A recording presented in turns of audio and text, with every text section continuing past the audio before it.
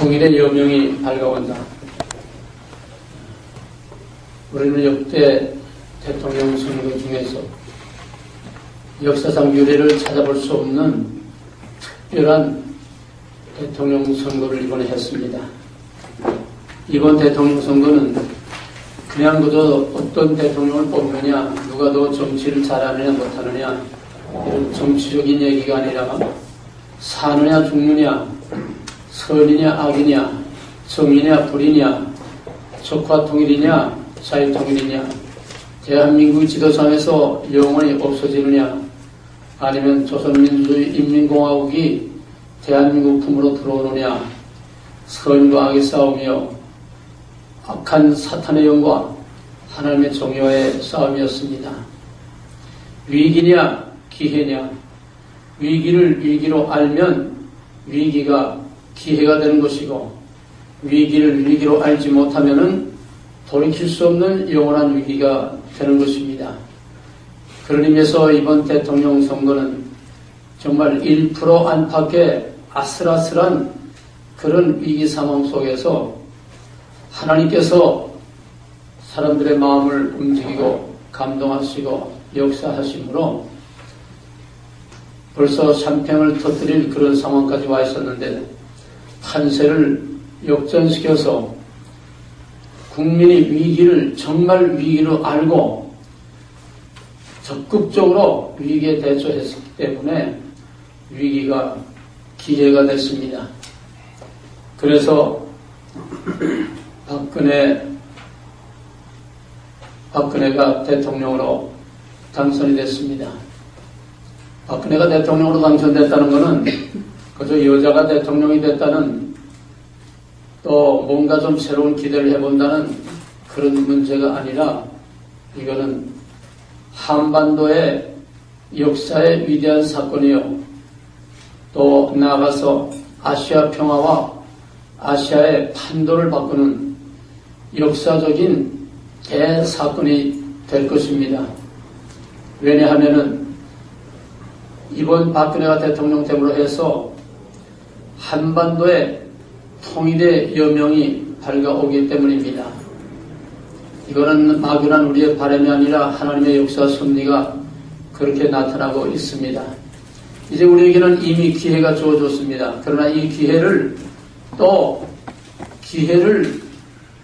위기로 의식하지 못하면은 이 기회는 다시 돌이킬 수 없는 위기로 다시 빠져들게 될 것입니다. 박근혜와 우리 대한민국에는 정말 다시는 돌아올 수 없는 통일의 큰 기회를 지금 맞이하고 있습니다. 이 기회를 다시는 빼앗기지 않고 놓치지 않도록 기필코 이번에 남북 통일의 물꼬를 트고 박근혜 임기 중에 통일이 반드시 이루어지게 해야만 합니다. 그러나 박근혜 통치 4년, 5년 중에는 엄청난 위기가 지뢰밭처럼 깔려져 있고, 언제, 어디, 무엇이 어떻게 터지는지 모릅니다. 불보듯 뻔한 것은 공식입니다. 이명박이 500만 표로 당선됐을 때에 좌파 정북 세력들은 숨을 죽이고 자라목처럼 머리를 움츠리고 이제 어떻게 되는가 두려움과 경계심을 가지고 움츠리고 있다가 2달 만에 광우병 촛불을 터뜨렸습니다. 흔들어 보니까 별거 아니거든요. 미니까 밀린 대로 밀리거든요. 그래서 4년 동안 엄청난 고난을 겪으면서 남한을 완전히 간첩공화국으로 공개를 해버리고 빗장을 다 열어놓는 이러한 일대 혼란의 극의 위기에까지 달하게 되었던 것입니다. 또 하나의 공식은 새로운 정권이 들어서면은 북한에서 한 번 또 흔들어 봅니다. 과연 저들이 어떻게 나올 것인가? 이건 공식입니다. 남한과 북한은 똑같은 한 줄기니까요. 남은 남대로 한번 흔들어 보고 북은 북대로 한번 흔들어 봅니다. 전 세계 모든 지금 전문가들 다 말하기를 4월 전후 봄에 핵실험을 하던가 미사일을 쏘던가 아니면은 또 어떤 형태의 예상을 뒤엎는 그런 도발로서 박근혜 정권을 한번 테스트해 볼 것이라고 하는 것은 공식적으로 이미 다 나와 있는 것입니다. 여기에 대해서 이번에 인수위원회의 맨 첫 번 인사에서 제1호로 인수위원장과 함께 대변인을 뽑았는데 그 대변인을 제일 아주 극우 논객 윤창중을 대변인으로 뽑았다는 것은 이거는 뭔가 정복 좌익 세력들을 더 이상은 용납하지 않겠다고 하는 강력한 의지의 표현이요. 정복 세력에 대한 선전포고라고까지 이렇게 말들을 하고 있습니다. 거기에서 앞으로 박근혜는 원칙, 즉 법과 질서라고 하는 원칙대로 나가겠다고 하는 선전포고를 한 것이고 그래서 통치의 한면을 그들에게 이미 보여준 것입니다. 여기에 대해서 지금 별별 말들이 다 나옵니다. 박근혜는 지난 선거 때에 과거사를 물고 늘어질 때에 과거로부터 단절을 선언하고 새로운 출발을 시도했습니다.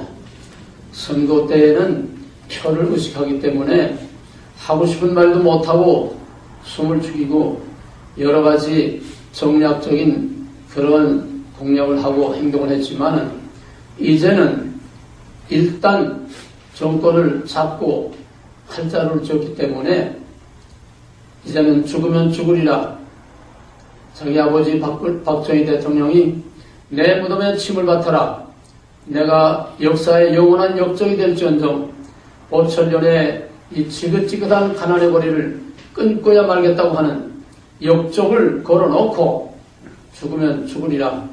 목숨을 걸고 온갖 독재와 온갖 여론에 굴하지 않고 끝까지 5천년의 가난의 고리를 끊을 뿐만 아니라 세계 7대 무역대국으로까지 성장시켜서 지금 국가 신용도가 제7위까지 올라가서 아시아뿐만 아니라 전 세계로부터 지금 부러움의 대상이 되고 있고 성장의 모델이 되고 있고 IMF 위기 이후 계속되는 경제 위기를 가장 모범적으로 돌파할 수 있는 이러한 강력한 대한민국으로까지 만들어놓은 기초와 초석을 이루었습니다. 그러므로 이번에 박근혜 대통령이 2013년이야말로 테스트 케이스에 올라가는 엄청난 위기들을 돌파해야 하는 것은 너무나 당연한 사실입니다. 강력한 대북 정책의 의지를 보여주고 또 국내에서는 더 이상 종북 세력의 중구난방 날뛰는 것을 더 이상 용납하지 않겠다고 하는 법과 질서, order, law and order. 이게 박근혜의 캐치프레이즈로 벌써 사람들이 그렇게 낙인을 찍고 나옵니다. 이대로 하면은 반드시 통일의 기회를 포착을 하게 될 것입니다. 그러므로 지금 48%라고 하는 지뢰들이 지금 깔려있는 이 위기 상황에서 우리는 어느 때보다도 가장 중요한 첫 번 테스트 케이스인 2013년에 내부의 48%의 이 복병들이 어떻게 들고 일어날 것인가 하는 데 대해서 기도로 강력하게 대처하고 국민이 똘똘 뭉쳐서 강력한 힘을 과시해야만 할 것이고 대북 정책에 있어서도 금년에는 전쟁을 불사하겠다고 하는 강력한 의지로서 도발에 거기에 응징의 대결을 함으로써 더 이상은 무모한 도발을 할 수 없는 기세를 꺾어놔야 그 다음에 제2차, 3차 연도에 순탄하게 나갈 수 있지 금년에 이 테스트 케이스를 통과하지 못하면은 박근혜도 예외 없이 이명박처럼 계속 밀리고 고전을 면할 수 없게 될 것입니다. 이사야 선지는 오늘 이 말씀을 통해서 바로 오늘의 우리 대한민국의 상황을 미리 예언을 해놨습니다. 성경은 다중적으로 해석해야 됩니다. 1차적으로는 역사적 사건 자체, 2차적으로는 그리스도를 통해서 나타날 영적인 실체, 3차적으로는 종말에 나타날 결과, 또 그 다음에 4차적으로는 나라는 나라, 교회는 교회, 지역은 지역대로, 개인은 개인대로 4차, 5차, 6차, 7차 똑같은 본질과 원리가 개인에게나 가정에게나 국가에게나 사회에게나 똑같은 원리는 언제나 형태만 바꾸면서, 무대만 바꾸고 사람만 바꾸면서 계속 반복되기 때문에 오늘 거두절미하고 본문에 대한 역사적 사건은 다 잘 알고 있지만은 오늘 이것을 한국의 오늘의 현실에 적용해서 오늘의 우리 대한민국이 어디로 어떻게 가야 할 것인가를 이 시간 잠깐 생각하려고 합니다. 이사야 선지는 이스라엘이 유다가 망하기 약 150년 전에 이 말씀으로 장차 유다가 이방의 포로가 되어서 사로잡혀 있다가 다시 돌아와서 영광스러운 위대한 다윗의 왕국을 회복할 것이라고 하는 것을 예언을 했습니다. 바로 200년 후에 이스라엘 백성들이 포로 생활을 끝내고 돌아와서 스룹바벨의 성전을 재건하고 2차 귀한 에스라가 돌아와서 일대 종교개혁을 일으켰습니다. 에스라가 와서 맨 처음에 한 것이 바로 역대기를 기록한 것입니다. 역대기는 이사야 43장 18절, 19절 바로 그의 확대에 지나지 않습니다. 역대기를 기록한 목적은 역사의식의 전환입니다. 이제는 너희들이 과거에 수치스러웠던 포로 생활의 기죽은 그러한 역사에 사로잡혀 있을 것이 아니라 이제는 눈을 들어 아브라함에게 동서남북을 바라보라 한 것처럼 눈을 들어 너희 앞에 여호와께서 이루실 위대한 이스라엘의 역사, 위대한 다윗의 왕국을 이룰 것을 내다보라고 하는 과거의 지향적인 역사의식에서 미래지향적인 역사의식으로 역사의식을 바꾸라는 것입니다. 그래서 이전 일을 기억하지 말며 옛적 일을 생각하지 말라. 보라 내가 새 일을 행하리니 이제 나타낼 것이라.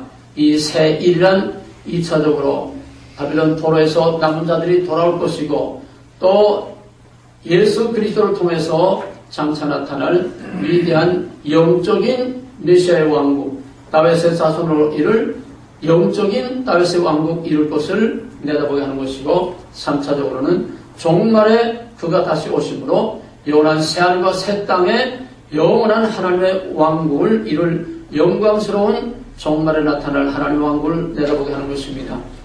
이것을 오늘 우리 한국에 그대로 적용시킨다고 하면은 우리야말로 정말 이전 일을 생각하지 말며 옛적 일을 기억하지 말고 앞을 내다보는 미래지향적인 역사로 역사의식을 바꾸지 않으면 안 되는 것입니다. 이번 선거를 보게 되면 과거와 미래의 싸움입니다. 야당은 처음부터 과거사를 물고 늘어졌습니다. 끝까지 과거사를 물고 늘어졌습니다. 세계 공산당들이 왜 다 망했는지 압니까? 세계 공산당에는 미래가 없습니다. 언제나 과거의 얽매여서 헤어나지를 못하는 것입니다.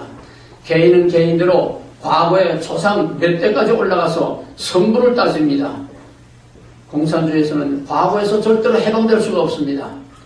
국가는 국가대로 모든 역사를, 과거사를 다 뒤집어 엎고 전부 새로운 저희들의 역사를 만들어 놓습니다. 공산주의에는 미래가 없습니다. 미래란 환상에 지나지 않습니다. 김소희가 조금만 참아라, 조금만 참아라. 유물 사건이라는 것은 조금만 참아랍니다. 다른 게 없습니다. 참고 기다리면은 시간이 지나고 양이 축적이 되면은 어느 순간에, 결정적인 순간에 양이 질로 바뀐다고 하는 것이 이게 유물사건 공산주의의 거짓말입니다. 시간이 간다고 해서 양이 질로 바뀌는 게 아닙니다. 참으라고 해서 양이 질로 바뀌는 게 아닙니다. 김소희가 맨날 하는 소리는 조금만 참아라. 조금만 참으면은 어느 땐가 미역국에 입학 먹을 날이 올 것이다. 미역국에 입학이 아니라 다 굶어 죽는 것이 바로 공산주의의 거짓말입니다. 왜? 공산주의는 미래는 환상뿐이요 실제는 과거밖에 없습니다. 전부 과거만 물고 늘어지고 과거에만 사로잡혀 있는 것이 공산주의입니다. 그러므로 미래가 없는 공산주의는 처음부터 망할 수밖에 없습니다. 오늘 한국이 계속해서 과거만 물고 늘어진다고 하면 한국도 미래가 없습니다. 망할 수밖에 없습니다. 그래서 이번 선거는 과거와 미래와의 싸움이었다고 해도 과언이 아닐 것입니다. 이래서 우리가 이번에 역사 의식을 이제는 더 이상 과거에 얽매이는 역사, 과거서만 물고 들어진 이 공산당들의 이런 역사 의식을 깨뜨려버리고 보다 더 강력한 미래지향적인 미래의 희망의 비전을 보여줘야 됩니다. 막연하게 공산주의처럼 참고 기다리면 몇국이 입밥 먹을 날이 올 것이라고 하는 이런 막연한 환상과 이런 거짓이 아니라 보다 더 구체적이고 확실한 눈에 보이는 가시적인 비전과 꿈으로서 희망을 잃어버리고 있는 오늘 대한민국의 젊은이들에게 희망의 꿈을 자꾸 일으켜 세워주는 이런 정책적인 대안이 나와야 될 줄로 압니다. 뭐 겉으로 청년 무슨 위원회다 뭐 청년들이다 이런 것 같이 되는 것이 아닙니다. 역사적인 비전을 확실하게 보여줘야 되고 확신과 신념을 심어줘야 됩니다. 이래서 우리에게도 희망이 있다는 걸 보여줘야 됩니다. 그 희망이 뭡니까? 통일 후에 영광스러운 위대한 대한민국이 올 것이라고 하는 예언자들이 위대한 다윗의 왕국이 올 것이라고 하는 그 희망과 비전을 그 포로에서 돌아온 절망한 그들에게 심어준 것처럼 오늘 우리는 에스라와 이사야의 이 메시지를 따라서 우리 앞에는 영광스러운 미래가 준비되어 있다고 하는 것을 가능성을 확실하게 보여주고 그래서 절망한 희망이 없는 오늘 젊은 세대들에게 우리에게 정말로 큰 희망이 있다고 하는 것을 보여줘야 할 것입니다. 여기에 따라서 지금 역사상 유례가 없는 통일의 이 기회가 지금 우리에게 다가오고 있습니다. 첫째로 통일의 가능성이 뭐냐? 통일의 첫째 가능성은 북한입니다. 북한은 두 가지 통일의 가능성이 있습니다. 한 가지는 북한은 망할 수밖에 없게 돼 있고 앞으로 박근혜 대통령이 법과 질서와 대통합이라고 하는 이 두 마리 토끼를 잘 조절해 나가서 적절하게 잘 이걸 융화시켜 나갈 수만 있다고 하면은 북한은 그대로 무너질 수밖에 없습니다. 원칙 있는 대북 정책, 원칙 있는 국내 정치를 법과 질서와 원칙에 따라서 의연하게 흔들리지 않고 밀리지 않고 당당하고 의연하게 2년만 버티면은 2년차 이후 3년차부터는 완전히 국내 모든 질서가 정착이 되고 안정이 되고 북한은 더 이상 버틸 수 없고 북한은 2, 3년 내에 무너질 수밖에 없게